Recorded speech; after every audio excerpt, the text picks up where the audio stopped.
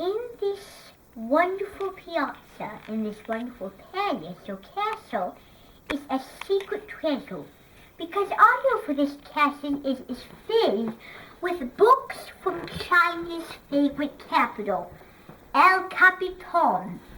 And the reason is this wonderful palace is famous for El Capitan's wonderful books. This picture right here is a picture of the Lord Godmother of China. She is a mother that is caring for her beloved daughter, Mrs. Nelsie. She is a good lady, but she has a thing about cabbage or raw incorrection blood trash. But this husband here is not thinking the same way, because he likes a lot of oily smells and likes a lot of good things too. This painting is a tribute to El Capitan's wonderful landmarks, because the Chinese think El Capitan is a glorious name. They decided to put in this picture, because there they are, resting, and they're sitting in a studio waiting to take their picture. And then, of course, they were in a ball. They had a pub, and then they went back there to review some interviews on Lady of Comedy.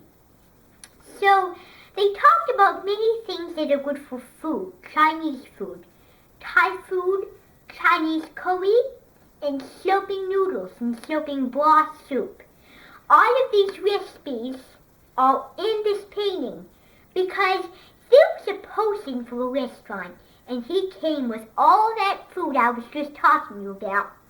And they tasted it, and they really liked the rice balls. There's a marquise of very Sylvast in this building, because there is a good repertoire of things, because there's a great deal of books, because all of these books have recipes somewhere in them. They talk about how the recipe was invented, and a lot of spices go into Indian recipes. Besides, I think that Indian cuisine is one of the most popular in Taiwan, because they also combine Indian food with China or Chinese food, and they combine it with Taiwan food.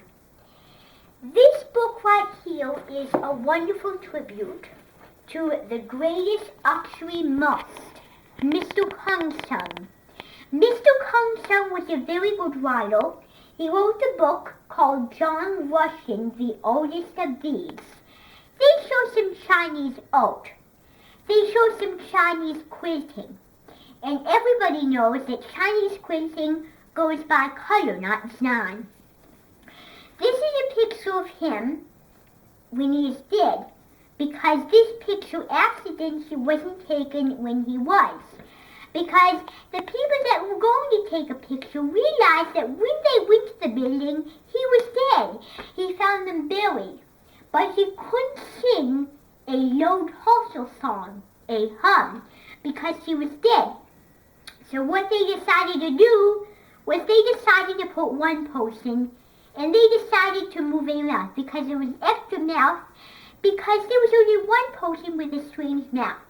It was a little knob on his forehead, and that made some music. And he sang the hum, "Do I know feel not so?" And he sang all that in one piece. And in this book, there is tons of spices, because all he did was he wrote a book about many spices. Now this piece says, "Spices are my favorite thing to make on Indian cooking shows. Spices are my sauce for Indian cooking and for Chinese cooking, because Chinese cooking is important to me, and so is Indian cooking." This book is a famous tribute to all those Indians that say, "You are just so lame on doing books, Bimbi." And they have a lot of people in this building that are touring here right now, and they're sounding like the person that was in the Royal Folking Dancing, which is in Palermo.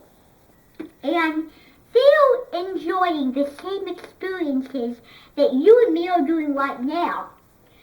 So that is one of the most popular books. But I have a book about the wonderful cowboy stories in the wonderful countries. Daniel Boone was famous in this book. This is a book about Daniel Boone, but someone acting as Daniel Boone, because when this video was taped, he was not alive because his show, his traveling exploring show, was made a while long before that. So somebody else wrote this book. Now this is about doing some cowboy songs. And I actually have this book at home, and I actually wrote the song Beepily Podloo. And I have it famous at my Minton. And Chinese cattling is not the same from the cattling you are used to doing at the ranch. Because cattling in China was like harga, harga, harga.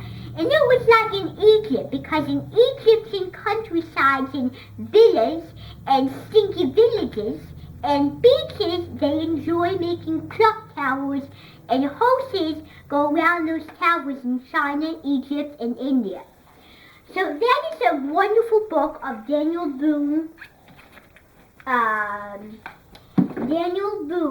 imitation.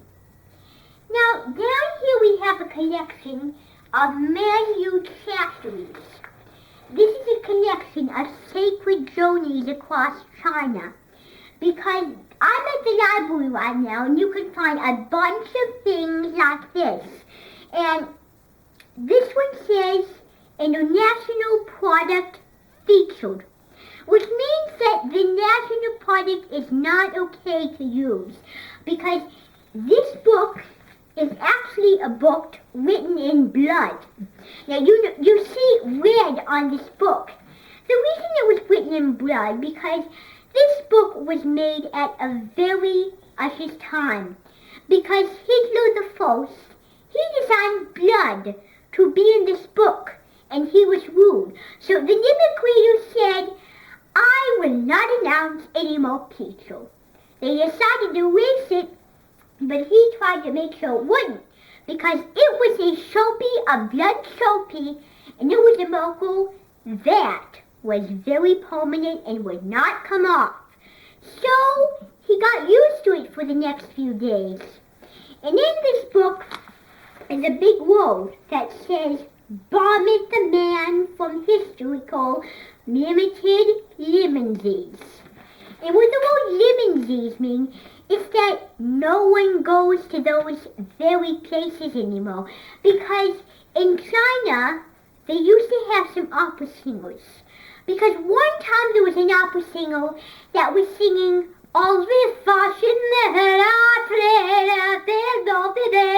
and he was singing all kinds of different folk opera songs, but in those days she had to use what she said, because she forgot, and she messed up on a lot of them, but she didn't make a mistake, because she just went on and did the opera with freely and contingently.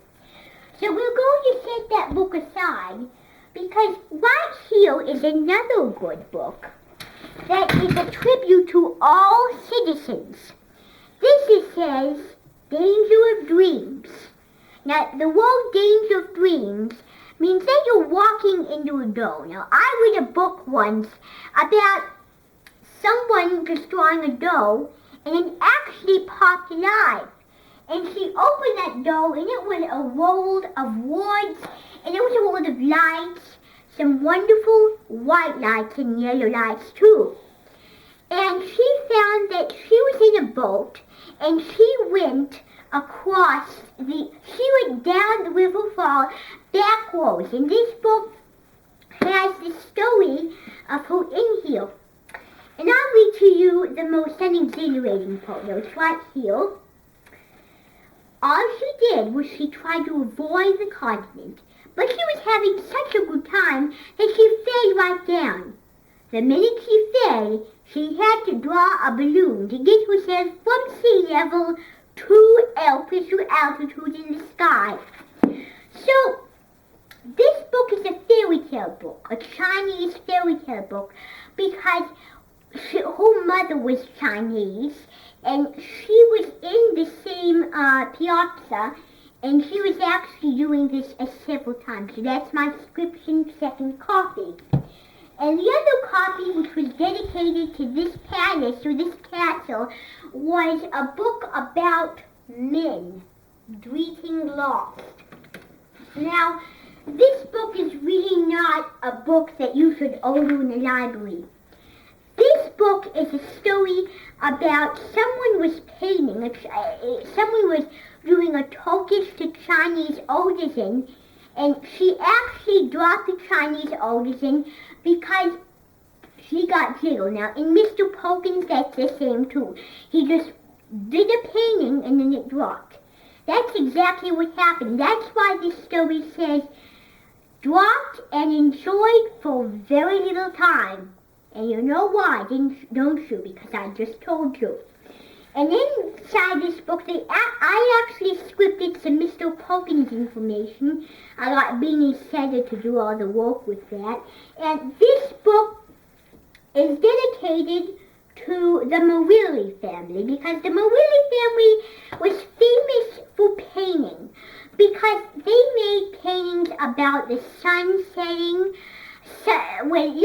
Their favorite sunset was the African sunset, or the African sunrise or sunshine, because they liked the song, The African Sunrise.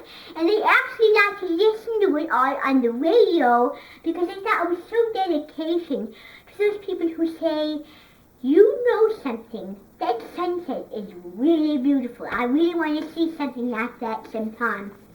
That's why there was a song in this book that says the African sunset. And there's a chapter or the story in this book that says the African sunset. In the Marilli family, they painted a portrait of the African sunset in someone flying, a fairy or a bird or a plane. So all of these books were dedicated to many wonderful families. All of them had a legend. All of them had a story. All of them were Chinese, Indian, or maybe Egyptian. To this day, I recall many books. But those families don't know when their adventure's going to stop or start. They just know when you will be delighted to be in speculation tones.